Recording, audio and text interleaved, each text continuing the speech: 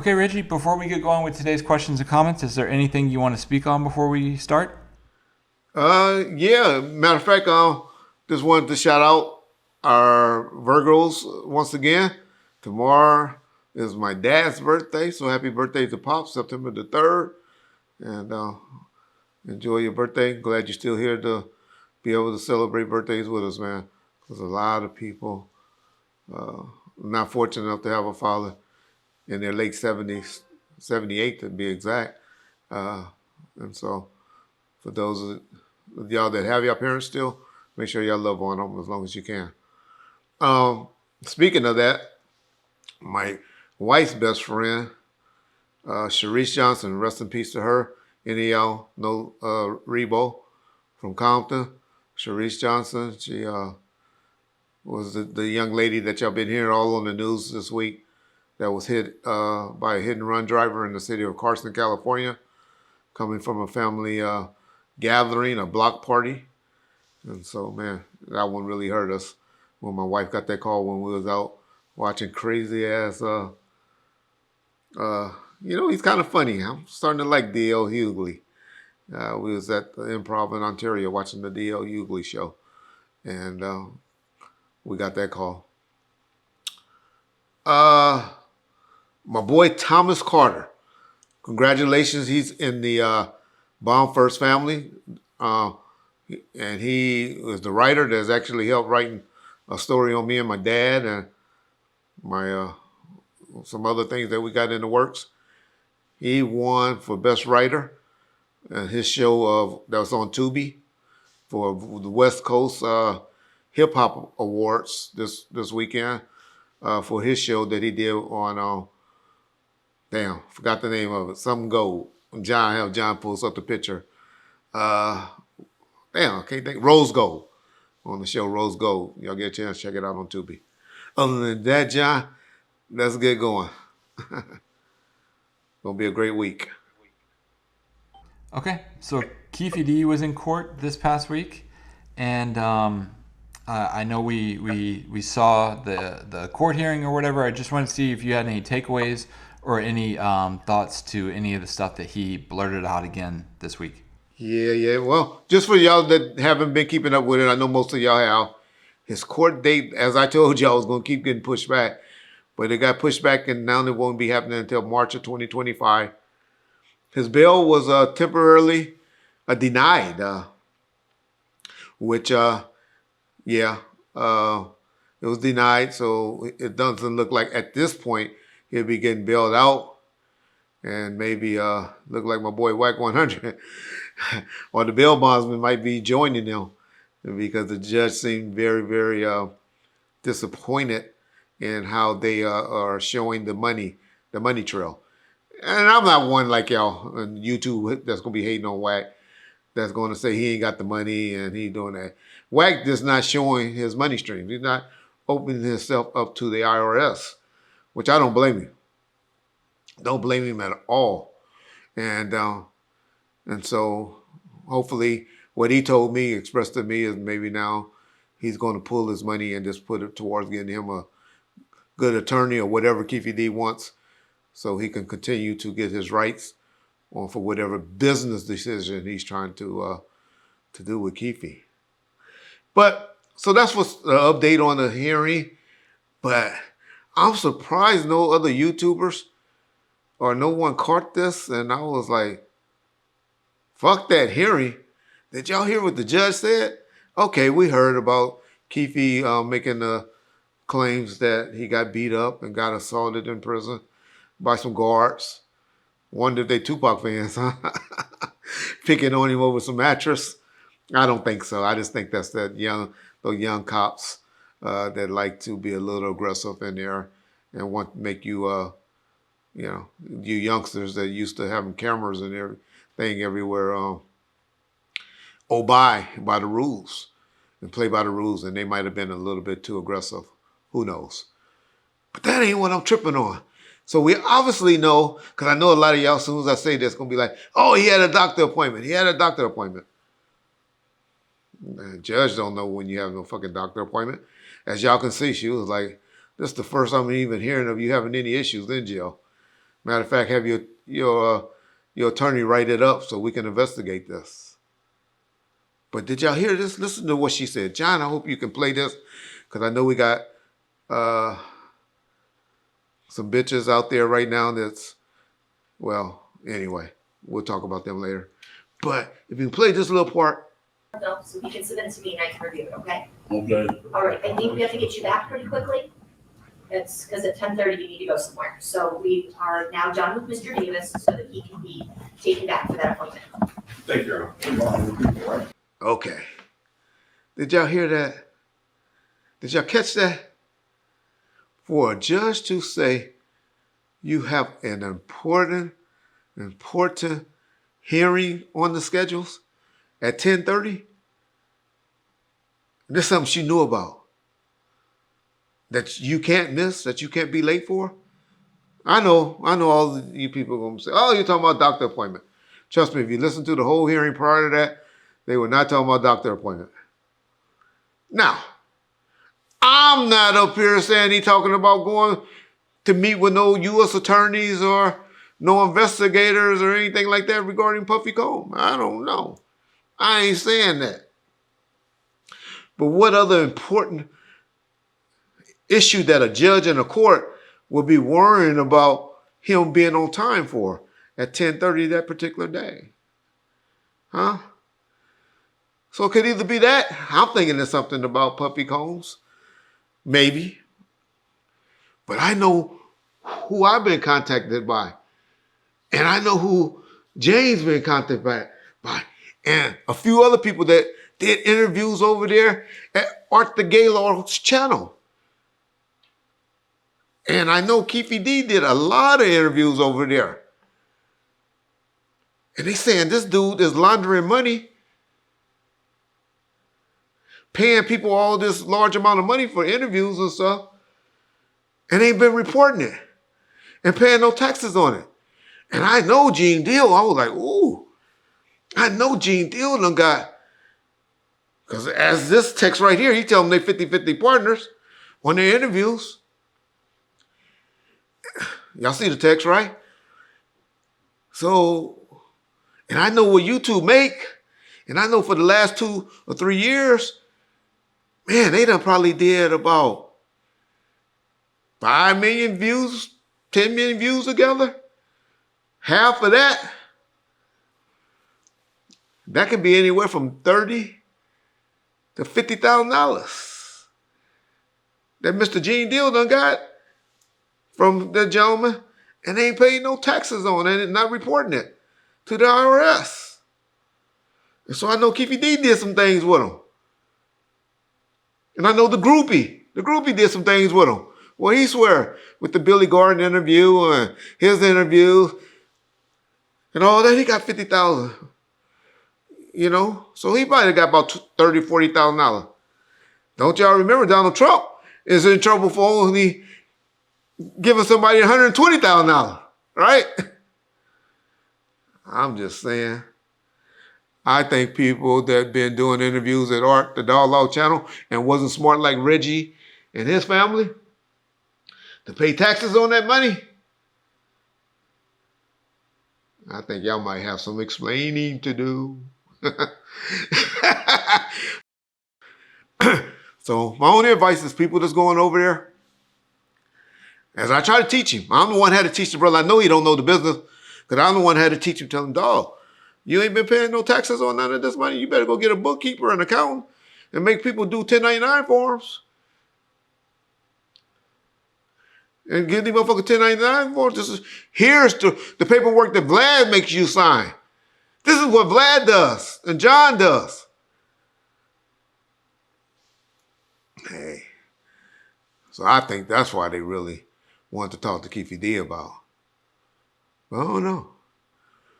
But I'll just advise all you Tyron Turner and Dr. Umar, Judge Joe Brown, Gene Deal. Y'all better make sure y'all got y'all 1099s in order. We're dealing with that brother channel. Because I've been contacted. That's all I'm going to say. I ain't here for snitching. I'm here for telling stories. Peace bomb first. Hey Reggie, speaking of them and speaking of the owner of that channel, I remember you talking about a text that you got where the owner of that channel was very upset with Vlad and the groupie for taking credit for what they believed was the reason that there was movement on the Tupac investigation. Do you remember talking to me about that text? Oh, you getting dirty now. You put me in his on blast. But oh yeah. Yeah, see, yeah. Yeah, I remember him being upset with the groupie. When groupie put out like him and Billy Gordon in an interview was the reason that there was movement on the Tupac case when the groupie was trying to get some, and he was pissed. He was like, I'm the one that did interviews with him, not Vlad. It was my interviews. They the one contacted me and wasn't my footage, and I turned over to him. John. Oh, John. We'll get him. Trust me, he gonna keep playing with the bear, and he gonna get exposed. I'm still trying to be nice because I kind of still like him. But he has been doing some bitch shit, y'all. Y'all gonna learn about some bitch shit that the nigga been doing behind the scenes that I can't expose yet. But all I'm gonna say is Mr. Griff. And I'm gonna end it there. David Griff. David McGriff. I remember back in 2019, you remember when you had those health issues and you couldn't pay your bar license fees and all of that? 19 and 20 and all of that. And you've been running from all those people, Greedo and all of them. My niggas from Grape Street, you know the guys you've been dealing with. So, and I kept them off you, Dave. But if y'all want to know what Dave McGriff is, and y'all got beat because he's like the street attorney for everybody, contact me. I'll give y'all that nigga a little apartment and information where he stands so y'all can go and collect y'all money. Yeah, Dave. You and your little 2-year associate. You know what I'm talking about. Civil rights attorney. Well, anyway. Leave Reggie Wright alone. Y'all get out of Reggie Wright beefs. This kitchen is hot over here. This grease get hot in this kitchen, bro. That's all I'm going to say for now. We are now into the month of September, and I know that you had made your predictions about Diddy, and it came out a couple days ago that new subpoenas were issued, and what they basically did is they want all the records of an unnamed Miami hotel room that him and his ex, Daphne Droy, used to frequent, and they want to know how Diddy paid. They want to know under what names he got the rooms. They want surveillance footage. They want all the contact information from that. So clearly the investigation into him is not over. It's still going. What are your thoughts on the subpoenas, and what are your thoughts on just the Diddy case in general? Well, I hope it's wrapping up so my prediction can be right there. He'll be getting indicted by September. But Diamond Joy, is that 50 Cent's ex-wife? Is that the one that was his ex-baby mama or something? Or is that the one he called a sex slave? Yep. Whoa, okay. I guess 50 Cent is right, huh? Ooh, man. Well, yeah. I told y'all it was going down. I've been telling y'all my prediction date is September the 29th, and that's only because, or the 27th, I forget. The day that Keefe got arrested, we'll just say that, because I'm just hoping that that's the date. But don't throw some trivia out right quick in the middle of this interview. This is the year, and there would be something if Diddy got indicted this month, right?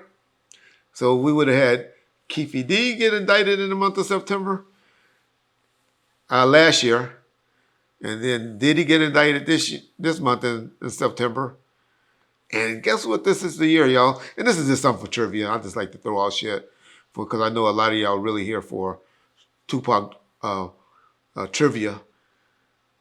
So this will be the first year where the Saturday falls on the 6th of September and the Friday falls on the 13th Friday the 13th, when Tupac actually died.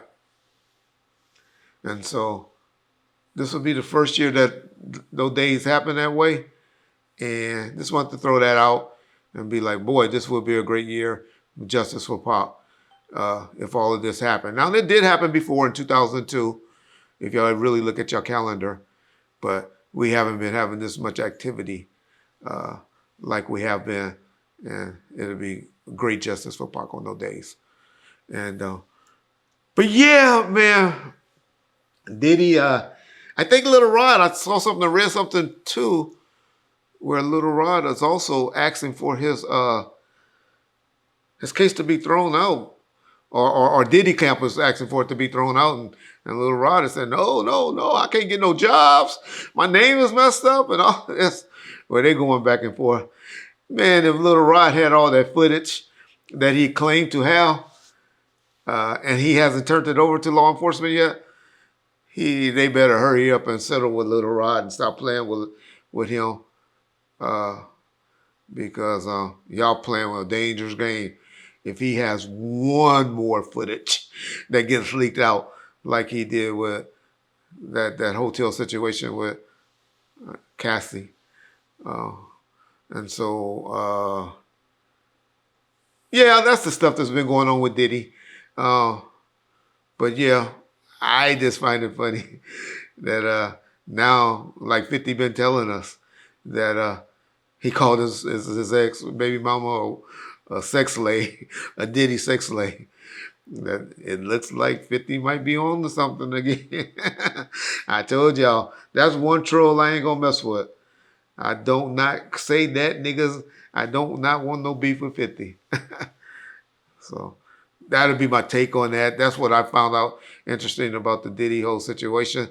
It's funny to me how another person is now starting to complain and trying to take credit and saying it multiple times that he predicts that the arrest is going to happen in September. But you niggas know where y'all heard it first, in the month of September. I might be a little bit, and I said it even then, I might be a few days off, but I ain't going to be that far off. For those of y'all saying, well, the investigation is still new, it's still new. Well, I didn't go and testify on the grand jury on Keefe, because I remember it was around Labor Day time, or the weekend right before Labor Day, because I was trying to extend out there to hang out at the hotel until Labor Day, and come back to court that Tuesday. And so I know it was the weekend of Labor Day when I testified in Keefe D's grand jury, and we know his indictment didn't come down until the 27th of September. So for those of y'all that's shooting and saying it ain't gonna never happen, well, I bet y'all won't type that in today that it ain't gonna never happen.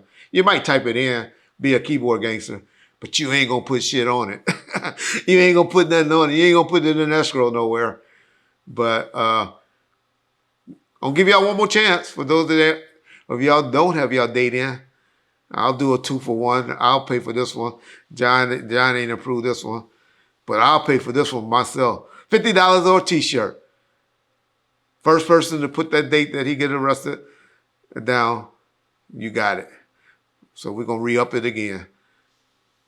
It might be October. For those y'all go with the month of October, it might be a good investment, because hearing that they just now sending out these subpoenas on stuff like that, and as thorough as I know the U.S. Attorney Office like to be, yeah, y'all might be right. I might give y'all that. But I'm still saying September the 29th or the 27th was my date. Gene Deal did an interview, and another one? He always doing interviews. Sorry, I guess I should rephrase that.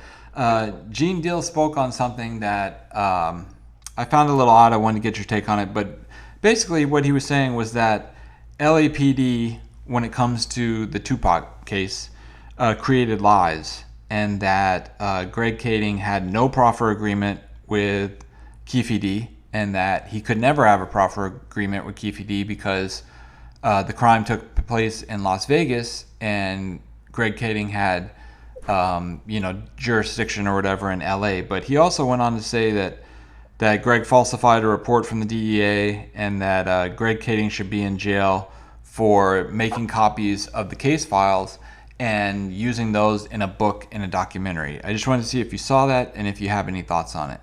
Yeah. I used to say that as well. I'll be honest. I used to say, well, Vegas PD wasn't involved in the proffer agreement, and so it ain't no good. Well, let me just tell y'all this. Greg Kading and his team was federalized. Even though he was an LAPD cop, they carried around with a DEA, or was it ATL? I think it was a DEA badge. They were given ID and it's called being on loan. They were presented on loan. So they had a federal authority, and they were working for a U.S. attorney, not a county DA. Now, I was under the impression as well, just as Gene was, that, hey, it's Vegas PD case. The feds can't do nothing about, any agreements or any deals that the U.S. attorney and the, some federal cops on a task force offer. They can only deal with their crimes in their case. But I was told when I went down and met with the DA, the assistant DA on Keefe D matter, that no, that's not factual. That that proffer agreement can't stand in place. That's not what we basing our case on, because Reggie, and I used to always tell y'all, I used to say, there was another, you remember I said, I damn near fell out of my wheelchair when I heard that they said, Keefe D came in and gave our investigators, meaning the investigators for Clark County or Henderson, wherever they're from, but the Vegas PDs, the same statements that they gave Greg Kading a year or two later, in like 2012. So we're not basing that just on Greg Kading's proffer agreement. He said, but yeah, that proffer agreement probably won't be admissible, but we have our own agreement that he gave us on tape that y'all gonna find out about. And we have all the interviews, and we have a book, and stuff like that. So we don't need that particular proffer agreement. And to be well, we're going to fight it. We're going to try to present it, and that'll be up to the judge to decide whether it's good or not. And so we're going to litigate it. But so I get what Gene. I can respect why Gene says that. Now, the part of the book stuff or Greg should be let me just tell y'all that. I tried to give y'all the example before of how cops are allowed. There's no law or nothing on the books. Maybe when you're a parole officer, you can't do work. You can only do it as a parole officer. You can only do work in the office. Maybe that's how to get down with y'all. But as a cop, a good supervisor, and most of you guys, because as John always remind me, Reggie, we have professional people on our channel. We have an older crowd. We don't have all these young kids that you think, just because they always writing dumb yellow bus shit in the comments. He said we have a few, but most of our people are, grown, intelligent people. And he say, so I'm going to talk to you guys. Y'all take stuff home from work and do work from home. Y'all boss love that, right? Y'all boss love anybody that at home working and doing stuff. So cops our chiefs and lieutenants and captains do not discourage their cop from doing work at home and stuff and taking copies home. Now, you can't take the originals and all of that home, but a copy machine, and now y'all got stuff, y'all can scan shit and zip drive it on computers and all of that stuff. There's no laws on the books about that.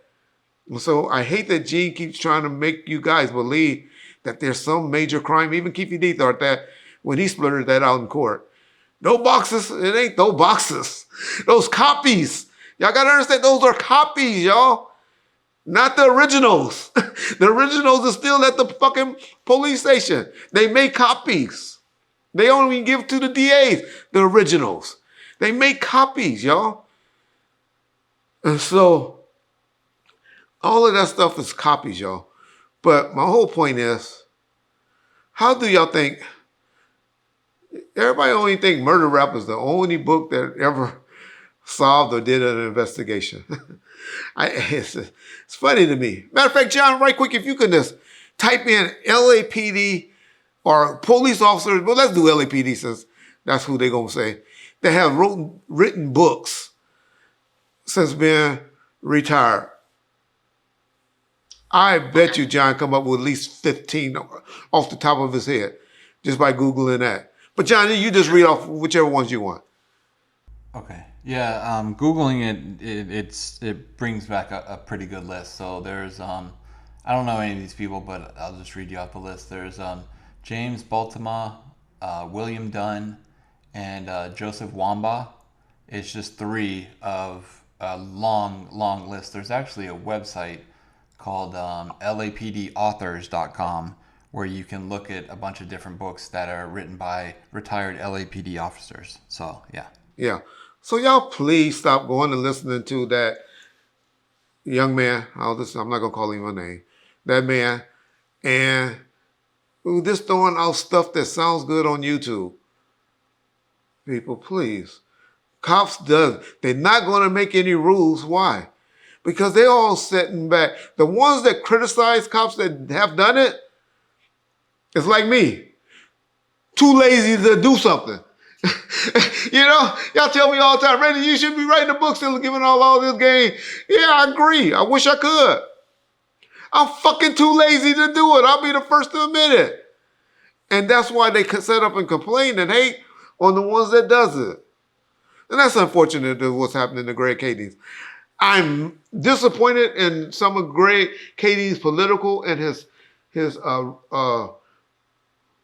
statements as far as me and him going back over some racial stuff.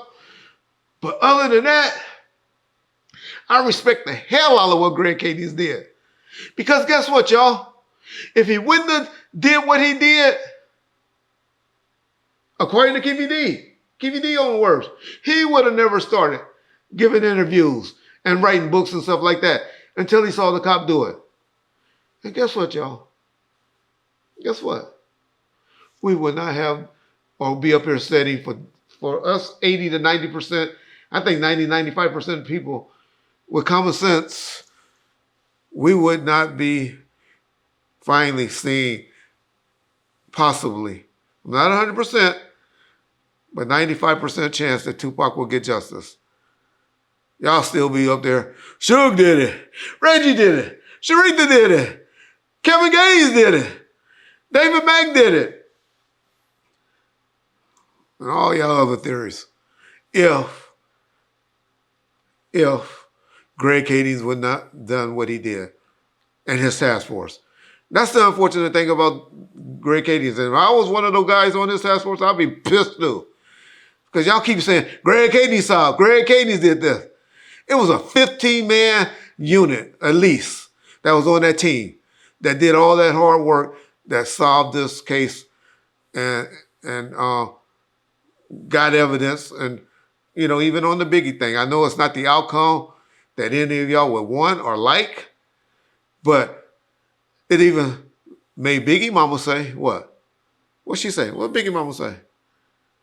She believed 97% of the facts that Greg Kading's presented to her or that was put in Murder Rap.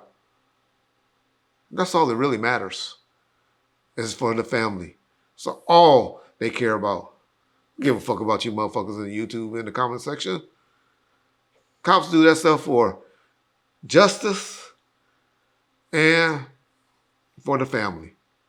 That's what they say all the time. We did this for the family.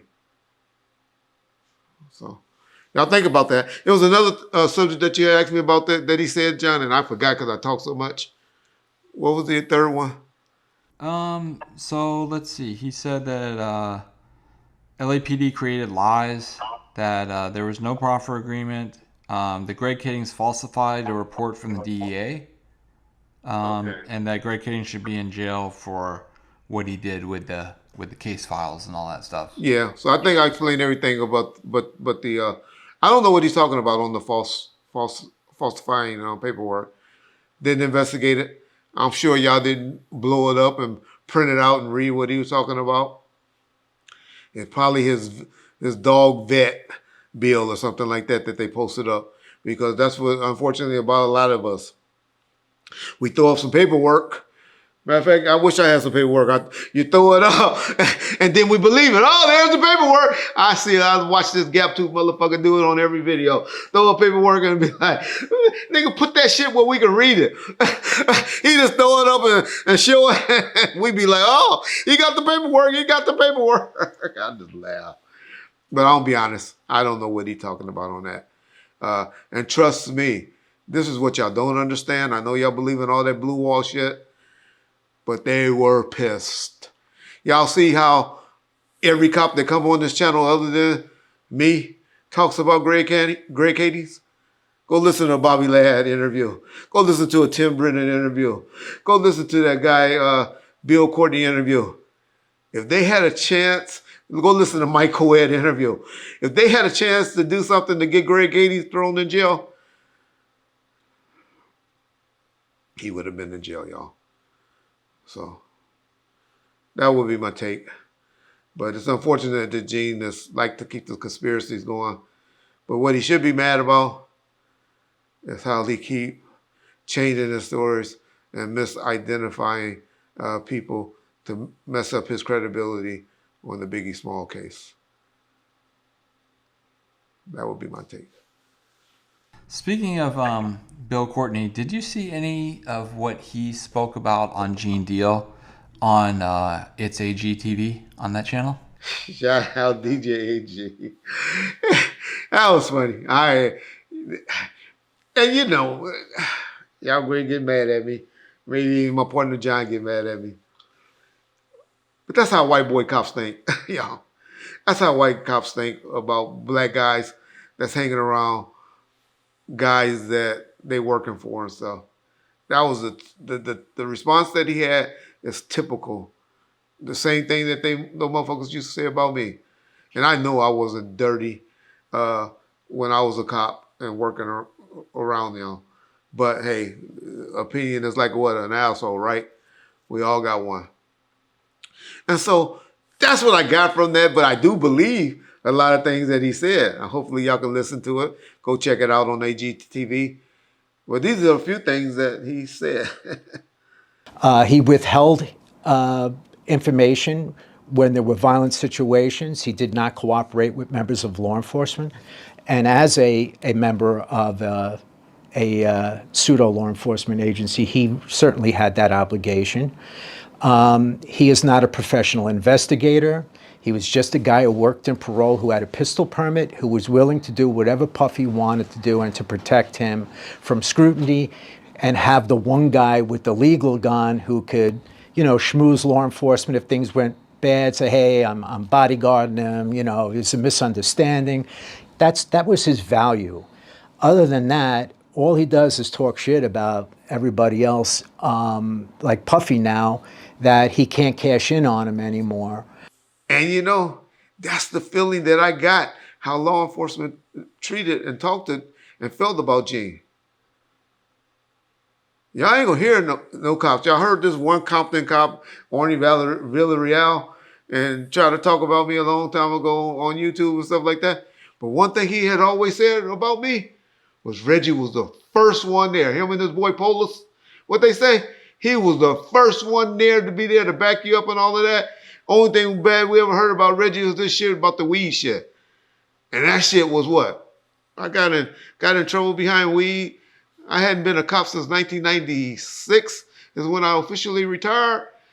And I got in trouble in 2016, so 20 years. Well, 21 years, actually. And if people want to hold that against me for some weed, as legalized as it is in the state of California, but hey, I'll take that. I'll take that.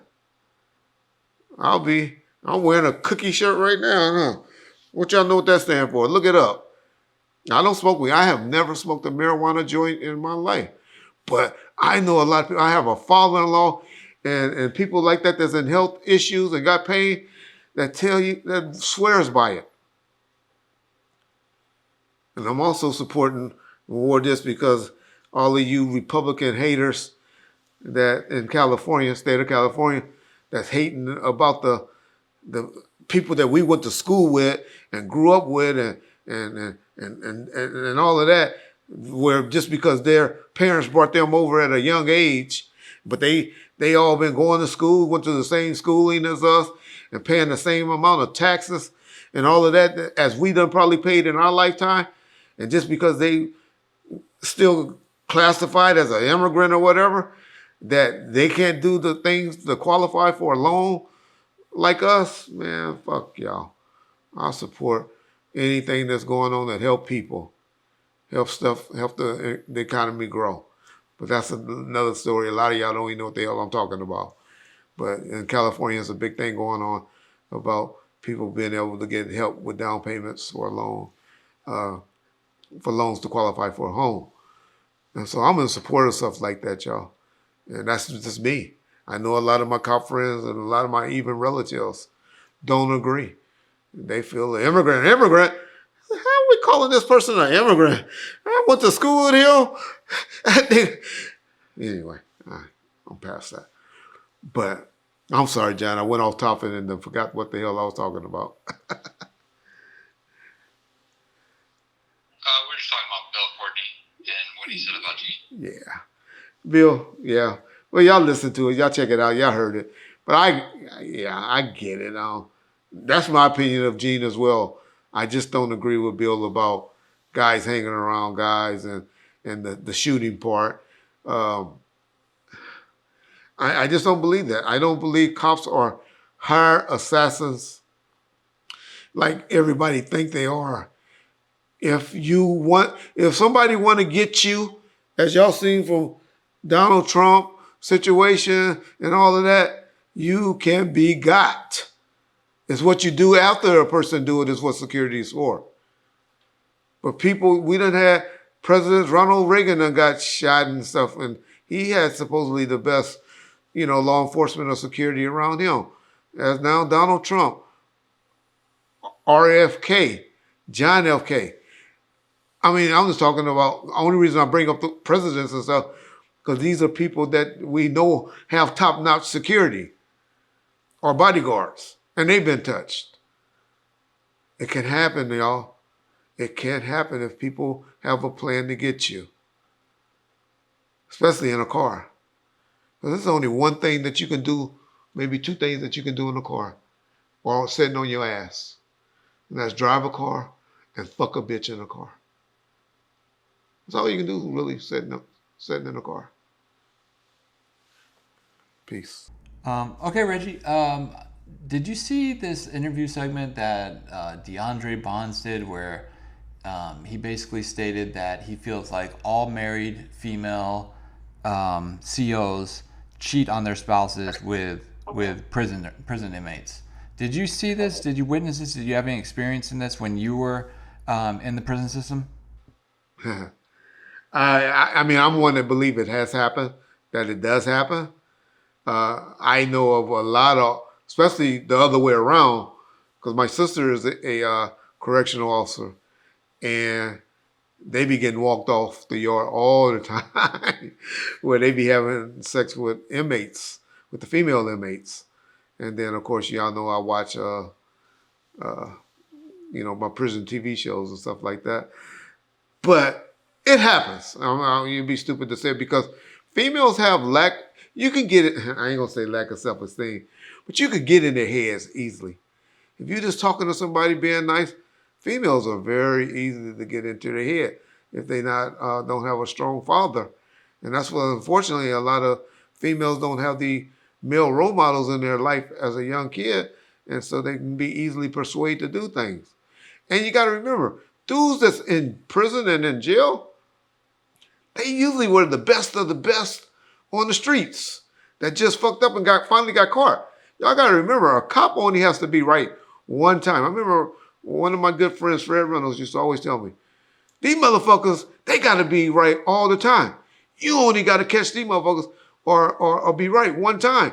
And they be gone for a long time. And so my point is, just because somebody's in prison don't mean that they were stupid motherfuckers. Because they generally not. They generally were the leaders, streetwise, I'm not saying.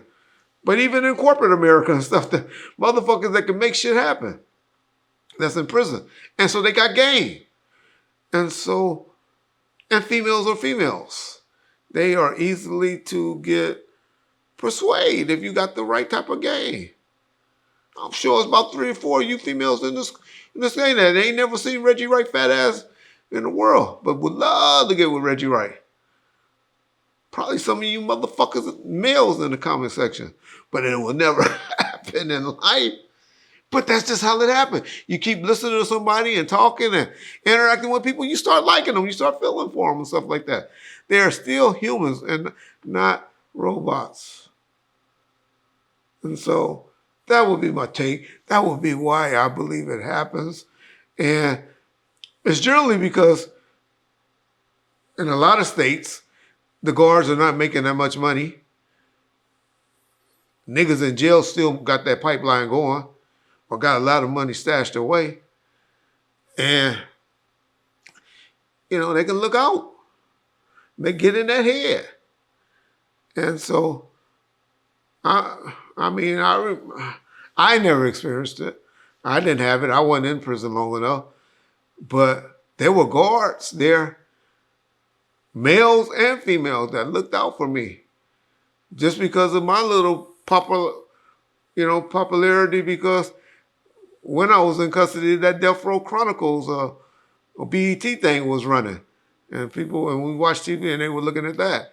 And they started recognizing who I was. And plus I was in prison with about 5 niggas from Compton. And so they were talking and telling them, oh, that's that nigga that used to be with Death Row or Suge or whatever. And then, God forbid, Gangster Chronicles was popping in. That channel they used to be. And most of them used to love listening to that Gangster Chronicles, because I don't know what happened to that formula that me, James, and Alex had. But motherfuckers was loving that shit back in 2019. And I knew about 3 or 4 guards that was like, they would be doing a count. And they'd be walking by and stop and be like, oh yeah, okay, Reggie Wright. So my point is, it happens. Females and prison guards are human too. And it happened. The experience that I had from law enforcement and for married women and all that, where I didn't know a female cop, some DAs or assistant DAs, that didn't have a relationship with an attorney or another cop. I can't think of one that never had a relationship with either an attorney or a cop. And so that does happen a lot in the workplace. But I know the subject was about inmates, and I believe it happens as well. I don't believe everyone does or anything like that. But that's a workplace environment. Think about how many people at your job that you know are married, that are messing around with a coworker. It just happened. You're around people 8 to 10 hours a day, every day. And that nigga is what we call Jody. Just sitting around, being your friend. Let's go to lunch. Being nice, saying all the right things. And then you come to work mad one day. Or your wife go to work mad one day. They get caught slipping. Or go to the parties, the Christmas parties, have a little bit too much to drink and all of that. Workplace, and that's why I just call prison or prison guards and stuff workplace relationships. Because when you're around somebody 8 to 10 hours a day for a long time, you're going to see people. You see them pretty much more than you see your spouse. Because most of the time you and your spouse together, what y'all doing? arguing, fighting over money, or sleep, or the kids driving you crazy. So yeah, I get it. I understand why that happened. And then you got to remember, most of the dude bodies in there, motherfuckers, off the chain. They be working out and all of that. Y'all seen that? We all done seen that video. I think there was some female guards in the UK where that chick was fine. And that dude was digging her down in the cell while the cellie sitting right there. So, yeah, it happens. It happens. Reggie, a couple weeks ago there was a Craig Mack article that came out that was pretty revealing, and I know it kind of spoke on some of the changes in Craig Mack's life when it came to how he passed away and how he was treated at Bad Boy and stuff. Is there any way you can talk about how, because they put this out in the article and acted like it was like brand new news, like it had never been revealed before that he was going to sign with Death Row. But can you just tell me what you witnessed when it came to Craig Mack and him potentially signing over to Death Row? Yeah. To be honest, I only had 2 interactions with Craig. Well, I've known of Craig Mack, been around Death Row when I was around in '96. And the first time we had that was this party I told y'all when Mike Tyson came and Buncher and all them was about to rush you. When Suge had flew a whole bunch of chicks in, him and shout out, well, rest in peace, L.A. Dre. They had got a whole bunch of chicks from strip clubs from Houston, Texas, and from Magic City, Atlanta. And L.A. Dre had brought them all into town to Suge House and flew them all in and paid them and took care of them. And that was the time when Pac acted a fool, and then Suge had to try to repeat the party the next week, and it didn't turn out like the first one did. But because Pac didn't go to the first one because he got mad behind that G Nice situation and stuff. But Craig Mack was at one of the parties. I don't remember if it was the first one or the second one. And so it was heartbreaking for me to hear that nigga turned out to have HIV probably at that time and later died from AIDS. I hope it wasn't at that time, to be honest, because a lot of my friends I guess we'll know by now, because, it was a free party and Craig Mack was there. And so that's all I'm going to say on that. But he came around mainly because of Eric B. Of course, Suge would have. I'm telling y'all, Suge ultimate goal, y'all. And that's why, I ain't going to say too much about the Biggie situation, but he wanted Biggie on Bad Boys. I mean, on Death Row, his goal. Suge is the type of nigga who was thinking of, shit, I have Tupac, Snoop, and Biggie on Death Row. I know that's what Suge here was. And y'all got to remember, Craig Mack is the reason that Puffy got that deal with Arista. It's just because of that song, Flavor in Your Ear. That song was big, and that's was supposed to have been the first single, but, apparently it didn't work out for Craig Mack and them, and Biggie, did what he did. So he was dissatisfied or unhappy and all of that. I don't know if he was officially dropped from Bad Boys or what, but Big D and Eric B were the two. And I hate that rumor is out there that everybody keep thinking that Pac was going to be Death Row East. Pac record label was going to be Machiavelli. Death Row East was just what it says. Death Row on the East Coast, Death Row East. That's what that meant. And so he was going to be one of the first artists signed to the label that Eric B. and them were going to be running, and that they had brought the shit to be signed. And to be honest, that night when Pac got shot was promoted, number one, as a promotional party for some boxing event, raise money for the boxing event so Pac could work off some of his community service that he owed to the state of California. But two, and more importantly, it was Craig Mack was scheduled to, and I believe he did, eventually perform at Club 662 that night when Pac got, when what happened to Pac happened. And so, and it was kind of like Craig Mack signing party. So I know also Pac dying, and then Craig Mack probably lost $200,000 that night because, the deal didn't eventually get executed because, at that point, shit starts spiraling out of control. And, at that point, Suge's head was other places. I'll just say that. And I don't think it was about executing and completing the deal with Craig Mack and continuing to have Death Row East in the works. So that would be my take on what happened with Craig Mack and the deal and why, he never was officially signed to Death Row. It's just because when that happened to Tupac, a lot of people's lives changed. A lot of things changed from the company standpoint and from, the thinking and the business decisions that Suge was elected to make at that time. And so, yes, Craig Mack was going to sign to Death Row, or the plans were to do that, but it never did happen. He was never signed to Death Row. As far as the recording budget and all of that, I'll be lying.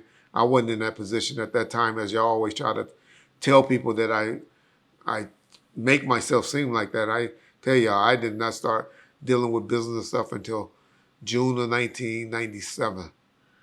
But from that, I was just always with Suge, and he was just giving me game. Okay, so now that Keefe D did his court case last week and was, as you said in an earlier episode, was denied bail, what do you think this means for WAC 100? Do you think he continues to try, or where do you think he goes from here as far as getting Keefe D out or paying for his bail? Yeah. Man, today is the day that it happened, that she was shot. I know John hate when I date the interviews like this. Yeah, I just wanted to acknowledge that today is the 6th, Saturday, and the day that Keefe D and them got in the car and shot Tupac. But I think what's going on from there is I think Wack is going to, contrary to what Wack said, that it wasn't a business.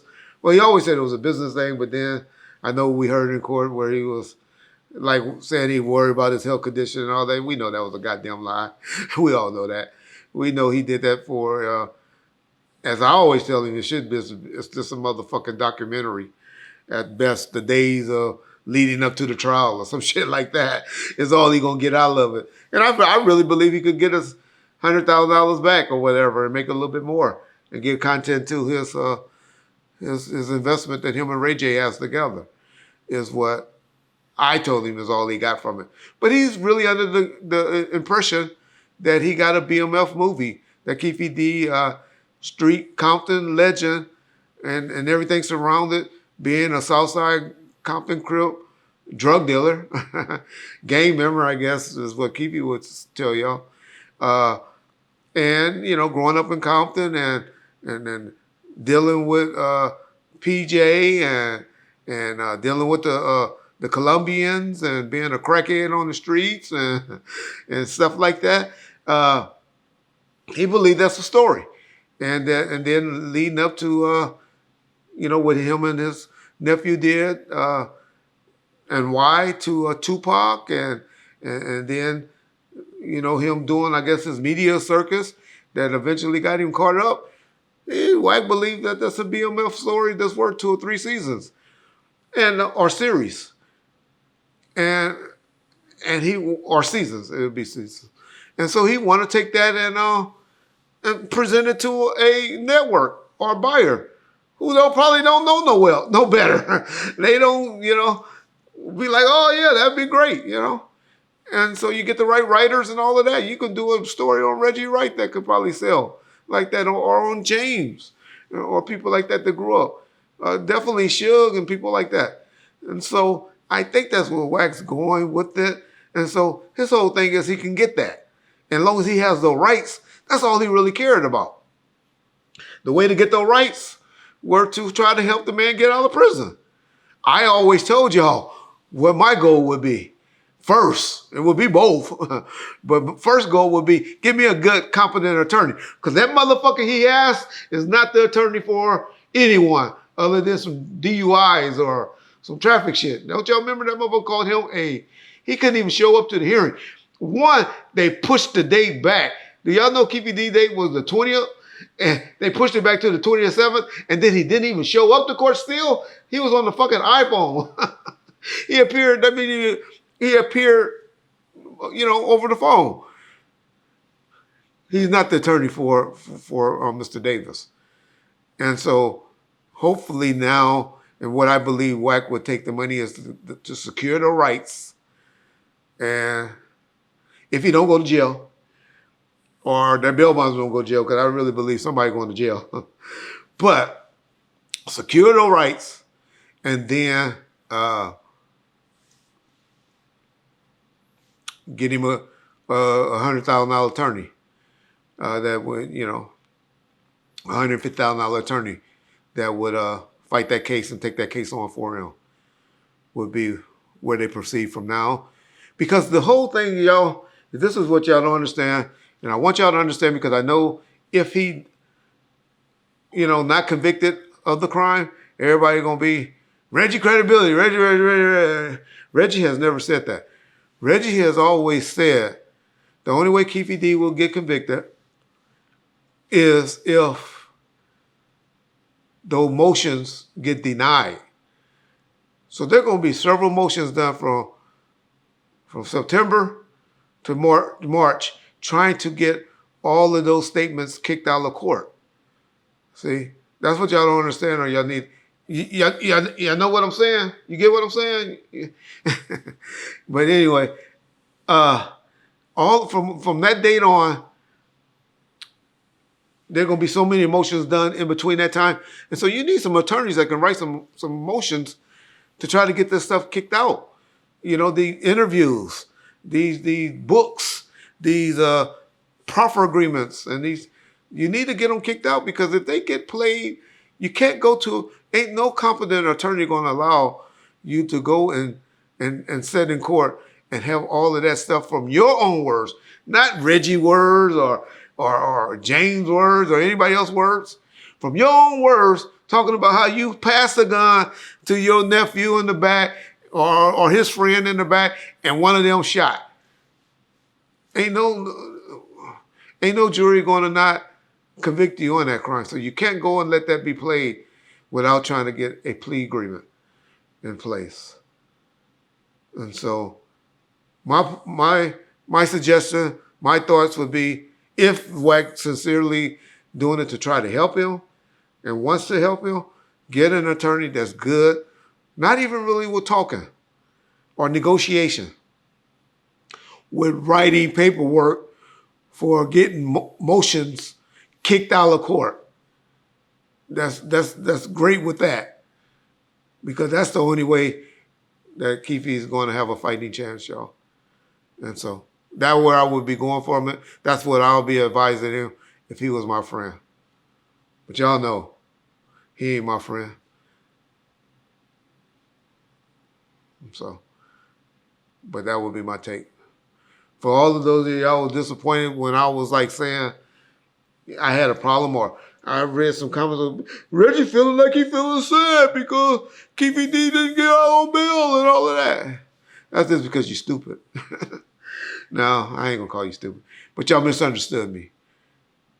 I'm just saying I believe still in rights, and I'm one to believe if you allow judges, presidents, and all that just to make up rules as they go, and there's not no law in place and nothing to keep you in check and balance system, then that ain't right. I don't want to live in a country where you can just make up stuff on the fly. I want the same rights that John has, the same rights that Joe has and Michael has, and all that to apply to me. That's just where I want to live. That's the country I think we should be, and that's what I think we should want.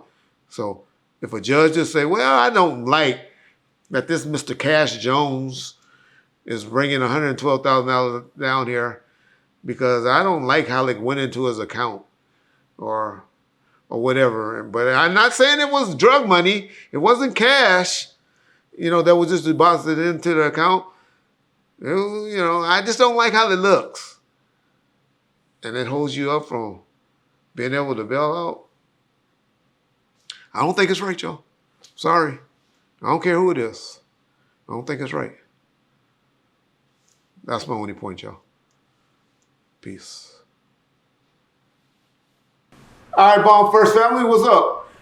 I got a special guest with us on the line today. He may not call himself special because he don't like me, but it's all good. I got Lamar, the brother that y'all know in the YouTube world as one of the oldest Pyrus from Compton, from the city of Compton, I call it. He may say Compton.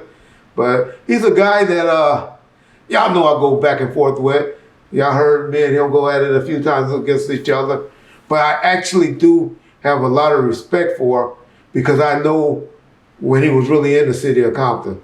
And I know of his legendary status that he had with a lot of people from the community, even on both sides of the law, meaning from my dad and Yuri Taylor and some of the other fellow cops. He even cool with Omar Bradley, politician from Compton. And then he also deal with the youngsters. But he also, the reason why I really like him, only reason I talk to his ass is because he was a right-hand guy or real close to a gentleman that I had a lot of respect for. I'll let him tell us that story as well. A guy by the name of Shaheed Muhammad, rest in peace. Captain, they call him Captain is what they mainly call him in Compton. And him and Shaheed was very close. But anyway, I heard Marvin on the show talking bad about your boy Reg about a few days ago on my boy, that dude. I thought we was kind of cool. I thought we had a truce. And so I heard those two talking about me and I said, hey, Marv, what's up? What's up? And he said, yeah, I've been mad at your ass, Reg. And I'll let him explain it, get it off his chest. And then he and I gonna go in and go back and forth. But he talked shit to me. He ain't one of those niggas that bow down to Reggie. And y'all know me. And so, but one thing I gotta do say, no matter what, I still got respect for the nigga. I might not agree with some things. I might be mad at him sometimes. He be mad at me. But you gonna respect Marvin Kinsley, or I told Lamar, I call him Marvin Kinsley. That's what I know about. But I know y'all know him by Marv. I told Lamar, y'all gonna respect him. If you don't do nothing else, you better respect this nigga. So, or black man. I know he don't even like that word nigga. So I got Marv on the phone. He'll tell me why he's been mad at me and disappointed, and we'll talk about that. And anything you got to say, Marv, appreciate you. Go ahead and tell it. Shout out Do Sims. I heard what you said on that little show with him about you gonna expose me on something. Reg can't be exposed, dog. But I did tell you on the Man of the Word between the conversation with you, me, and Spider had that I did put out some information that you got DP'd by your homies because of some incident that happened. And that was inaccurate. I'm not going to say that you were DP'd, but I do stand by that some dudes did jump you behind that and hit you in your jaw, and you went to the infirmary and got that taken, but you did not snitch. As I said before, you just said that you fell off the bump. And so that's my apology to you, DM. And that's where we'll stand. Hopefully that's good enough of apology. Because I did put out that you were DP by your own homies, and I know that bothered you. And so if that ain't good enough apology, then I'm sorry, bro. Go ahead and have your way with Reggie, and give me some more content. Brother Mar, sorry about that long intro, but let's go at it, man. Man, go ahead. Yeah, man, good looking out, Reg. You know, I'm the oldest active Pyro. Okay. I didn't know how to say it. I got you. Yeah, I'm the oldest active. I say I'm the oldest active Pyro. Okay, and respect. The only one older than me is really Harold Bowen. Okay. So, and he's, you know, in recluse. He's kicked back. So I'm on the street, on the ground every day. I can say that. You was at my the Paru walk. I remember seeing you on that. So yeah. Oh yeah, I'm a stay in the city. I've been in the city since the 50s. I mean, I was here before anybody else was. Yeah. You know, not anybody, but. Well, yeah, I got you. Yeah. I've been paving these streets ever since the Spook Hunters and the Minutemen, you know. So I ain't new to this, but to the point with me and you, we had an agreement with somebody close to Yosemite Sam, right? Okay.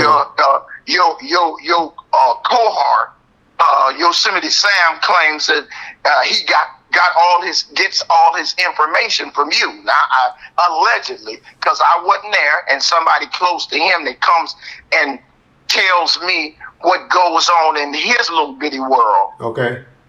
Goes on and tells me that the first thing that was about a year or so ago, when me and him first get into it. Well, I just said he wasn't from Compton. Okay. He took offense to it and said that he was going to knock me out. And I'm like, so allegedly. Now, you talking about the person that me and you I got you on the phone with, and we had that long thing, or we talking about the other? Yeah, that person right there. Okay. Yeah. Now you can say his name if you don't want to say his name. I respect that, but you can. I call him Yosemite Sam. Okay, got you. Okay. 100. Okay. But okay.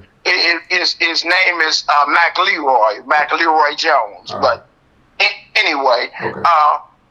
he goes on to tell some, these gossips that, Reg told me that he was just some old nigga, was a sherm head. He wasn't never nothing in the community, and I didn't have to worry about him, right? Well, that ain't never came in all of my head, but you ain't got to worry about him, and definitely not that you're not from Compton or old head. There's nobody you have to worry about. I have never said that about you to anyone. Yes. Yeah, so I mean that's the rumor where they saying that this dude got this battery up his back.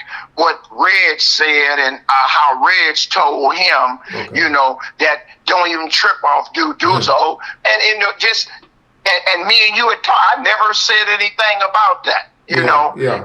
And then it came up to me that when this Keefe D thing jumped off, they said that you had put him up on Keefe D, and you and him was getting ready to bail Keefe D out and do Keefe D's life story and make a movie out of it. Yeah.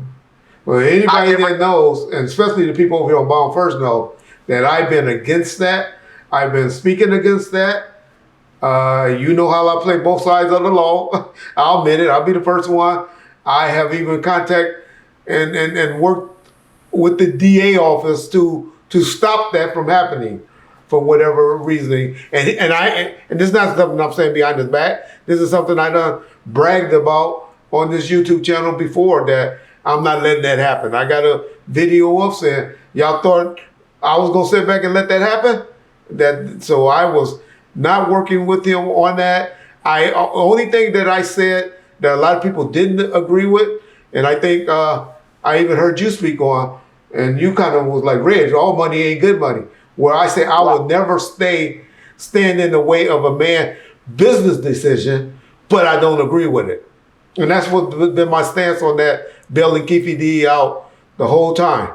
And from anybody, but definitely from somebody that was supposed to have been around Death Row, and that, I don't claim no red or blue or anything like that, but definitely supposed to be from a Paru car or a blood car. Right. That was a big situation with me, especially after this. And then you put Chumley on after me, you had talked, and you told me that this Peckerwood John, that him and old boy, the fat rat, put the thing up on Twitter of me and I can't let you call my boy. The John is my partner. That's my guy that's on the phone with me right now.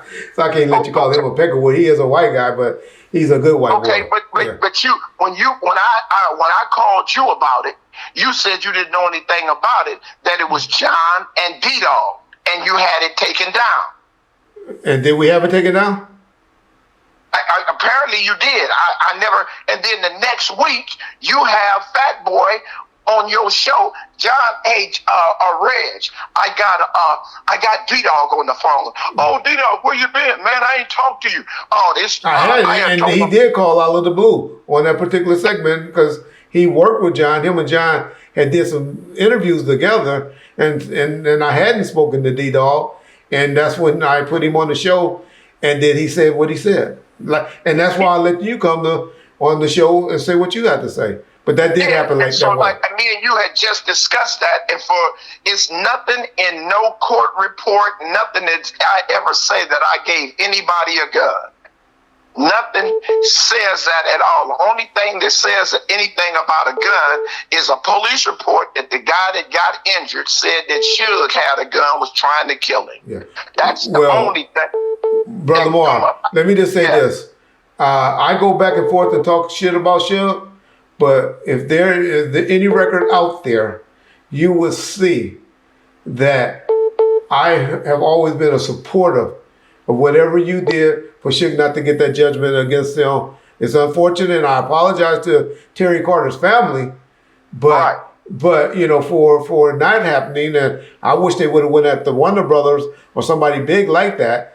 But I did always say, if that's what Marvin went and told the truth. And indeed I did. Correct. Suge got it. I never went there. Like, okay, again, Yosemite Sam gets on supposedly after he talked to you and said that I went into criminal court with Suge and testified. No, Suge wasn't even at that hearing, so. It was never that. I've never been in a criminal court. If he called me and said he needed some help. Now he was just with Terry's family. Let me say this. Let me say this right here, right quick, because I have to be truthful on this part. D-Dog did supply us a picture, and I don't know if it was put up or not, that he took of you in the courthouse testifying for Suge. Yes, sir. But that was for a civil case. Okay. Yeah. Correct. And it was for the civil case. And that's what I'm talking about. I'm not talking about the criminal thing. I don't know anything about you. He was there too. I didn't even know who he was. I'm about to say. Let me just clarify that because I know that's big for you. I have never testified or said not testified. I have never put out here that you did anything on a criminal case. It was always about the civil case. Yes. Right.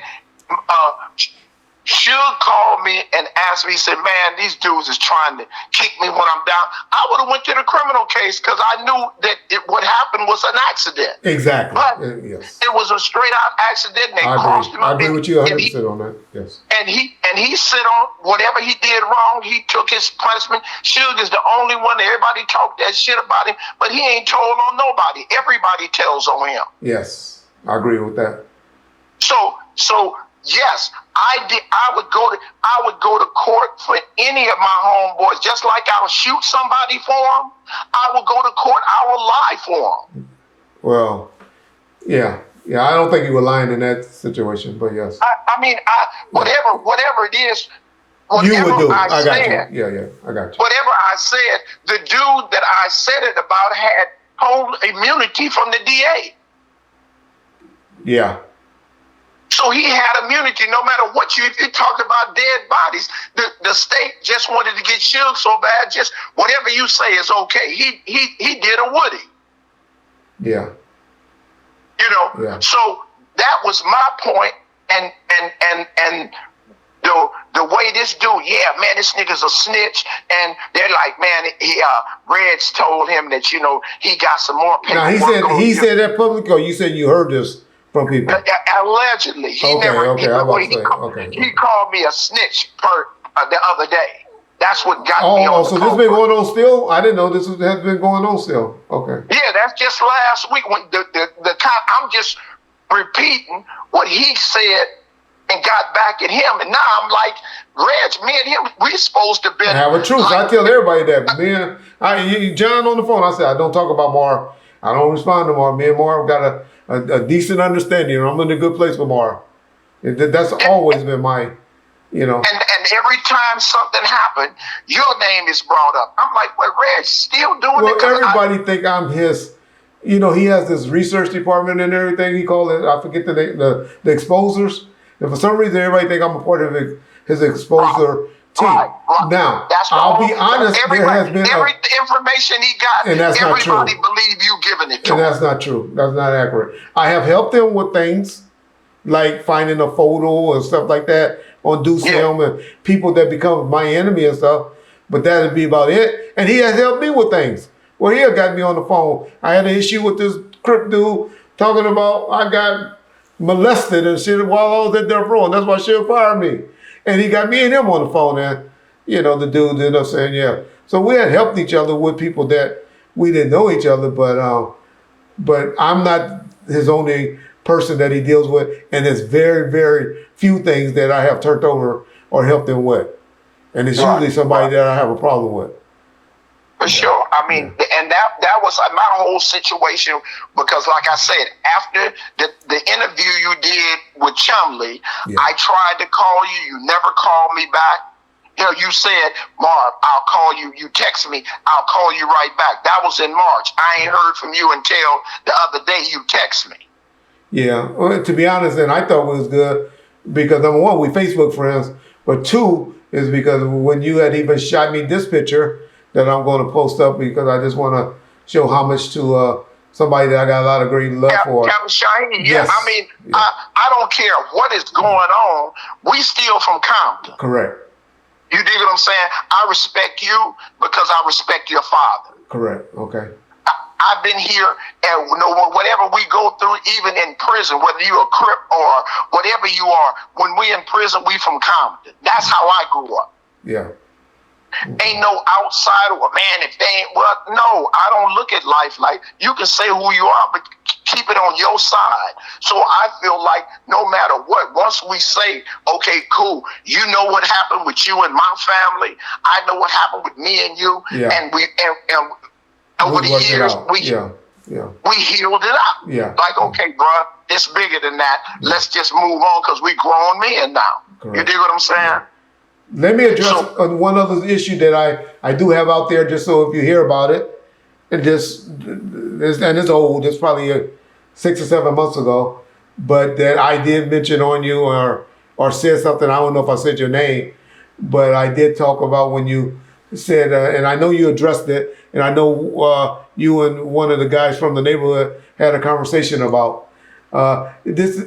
How did your conversation go, or did you get clarity on when you called the mob guys Palm Oaks? Because that was the issue that I honestly thought. I got out. Okay. We were at a funeral. Go ahead.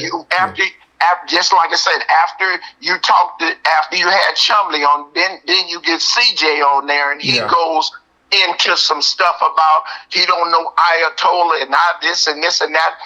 And okay, so you did hear. I just wanted to make sure you knew about that. Okay. And I saw him at Chip's funeral. Yes. I went to China Dog. I knew who he was. I asked China, I said, man, where's CJ? Me and CJ went and talked, and I'm like, bruh, I had talked about that a year and a half ago, and me and Mob James and Mob B talked about it, and I went back to Boss Talk and straightened it up. Okay. And what happened is, when I was in Youth Authority in YTS, Big Junior them from Palm and Oaks, they would start Palm and Oaks Crips, right? Okay, yeah, Linwood gang, yeah. And I had one of my relatives, he stayed on Josephine. And they was Linwood Crips, right? Correct. Now, all I knew at that time in 72 was Ludus Bar. Correct, or East Side. And I don't even think Ludus had started then either. Because I got caught by Case and TS and went to San Quentin. And all I knew was Palm and Oaks and Linwood Crips. Was Linwood. I didn't know where it started, and just like CJ said, well, at Carlin, the line goes on this side. I told him, bro, before I got out, I didn't know nothing about the mob. You dig what I'm saying? Okay. So he's like, oh yeah, well I didn't know that. But man, I'm 74 years old. Then he gets to telling me, oh man, I used to be at your mother's house. Me and your brother Henry. He my younger brother's age. You feel what I'm saying? Correct. He did tell me that too. Yeah. And he, Elm Street, oh yeah, you was the one was in prison all that time. Yes, I was. Yes. And that's what I say about anybody that asks me about you, to be honest. And maybe where I say when I know Marvin, he was mainly known as a BGF, major BGF player, is what I know. Yeah. That's what and explain that. It wasn't no Piru Street Boys was bank robbers in the 60s and 70s. Yeah. When I caught my case in YTS and went to San Quentin, everybody from Compton was BGF. Correct. Okay. The first gang members came to San Quentin. They were very much respected in Compton. I know that, but yeah. Man, we all everybody from the family from Compton was hitters, bro. Yeah. Yes. We didn't take no shorts at all. Either y'all or when the Panthers was over there on Atlantic Drive. Yeah. You know, so that's how I go back. And then when I saw it was no revolution, and I got out of prison, and I seen putting them working, and these dudes was progressing. I went over to Fruit. My first two kids are from Piru Street in Fruit Town. Okay. And when I saw Roscoe them and Gay them selling PCP on on Cherry Street, man, I went into PCP and shit. You know, hell with the revolution. Yeah. Okay. So I got into Pirus as an economic behavior. Ain't nobody ever jumped me in no game. Yeah, exactly. Okay. I ain't gonna lie to you. You hit me, we gonna be enemies forever. Yeah. Let's switch and me and you, we came into it. You came up on another dispensation of Compton police. Correct. I go all the way back to Bunton and Webb in the early 59, 60. Who were my administrators in my thing. It was my lieutenant and my commander-in-chief. Those two. They was my juvenile police. The only two blacks could deal with us. Yeah. You know? So it's just like, I'm glad we got this out so I can have a genuine understanding, because Keefe, you know how rumors are. Yes. And people get rumors and incite the same thing that happened with me and Slick. Man, that didn't have to happen, but Yosemite Sam again, Bill, it should have been him. But doing this little pirate walk, me and Slick was able to talk and work. And work things out, because we got more in common than we got apart. So, Mar, we had a great segment with you yesterday, and we wanted to continue with it. And I know you did a lot of filming, and I saw you because I view a lot of things on YouTube, and I noticed that you were at the Piru walk that they had in Compton. A lot of people was just saying it was mainly between West Side and I'm sorry, Fruit Town and Treetop. But man, after viewing that tape, I was like, no, that ain't actually kind of true. That's not accurate. Go ahead. You know what? I haven't heard from East Side Payne since the 80s. You remember East Side Payne? I heard of their names, but I don't know them personally. But yes. Yeah, out there out of Wilmington. East Side Payne, Waterfronts was there. Yeah, you had Bloodstone Villains there. Yeah. You had the Piru car. It was a conglomeration. When people be mad when I say, well, Pirus and Bloods ain't the same. Our 10 square miles, we different from everybody else. They not like us. You feel what I'm saying? But everybody came. Well, you know, and this is who I agree with people, and I tell them all the time, and no disrespect, and I know about to piss some people off, but if you go to the pens, I never really heard of a dude from San Diego or Pacoima or, I ain't gonna say Inglewood because I'll be lying, but running a yard, you know what I mean? And so that's why I know why y'all believe that way. And I'll be trying to explain that to people. I say because most of the Pirus you hear about are really from Compton. And so that's why the Compton ones feel that way. Yeah. I mean, it's just because like I try to explain to people, we came into gang activity. They came into gang activity in a whole different breed. After Billy Flowers got killed, it was something with Watts. Yeah, and no disrespect to them and what they do, because they all are G's with it, you know? No disrespect, but. everybody goes back with, so the Pyru Walk was internet. I had some kids call me from the Philippine Pyrus, North Carolina, South Carolina, New Jersey. They were, oh man, we ain't got no beef with treetops no more. They was like happy because they ain't got the same kind of situations we got. Correct. So yeah, it was, and for anybody to come and try to put it down, like, man, you wasn't there. I saw that. I heard that. I took it as a fruit town and treetop thing until I viewed it, and then I was like, yeah, oh, no, it was yeah. it was everybody. It was conglomerate. Everybody embraced it. It was man. Fruit Town and treetops ain't got along together, Reg, in like 35 years. I think it was when my boy, what's that boy name? Shit, oh shit, I know Logan. My boy Logan got killed is when that started. No, before Logan got killed, Tony Lane's cousin, Devil, got killed on Rosecrans in '88. Okay, yeah, okay. That was the first. That was the first separation. Then when little Logan got killed, then it just like got the wound got bigger and bigger and bigger. Trayvon, for those of y'all know, I think his name was Trayvon Logan. Right. That's called Marvin Logan's was son. Oh yeah. So that situation from '88 to 2024, bro. Yeah. Some of them that just popped up out here, the war been on 10 years. No. No. So it was a healing process, man. We got families on both sides. Yes, y'all were too close. Y'all worse than looters and mob dudes. Yeah, you know that. And this is a start. Then the mob and looters can get together. Exactly. And they tried. And China Dog was trying it. Just how the youngsters are. But China Dog and Gangsta Sam, from what I hear, has been trying. They're gonna take somebody. But then, Reg, you got to look at it was people from the mob and looters there at Gonzales Sunday. Yeah. Cross Atlantic, we had all Pyru sets. Yeah. So this starts like, damn, if we can do it, anybody can do it. Anybody can do it, yeah. Or why can't we do it? Yeah. So now I'm just hoping that the Crips on the Alondra side, they do a walk on Alondra, man, so we can get a cohesive and start taking back our community, bro.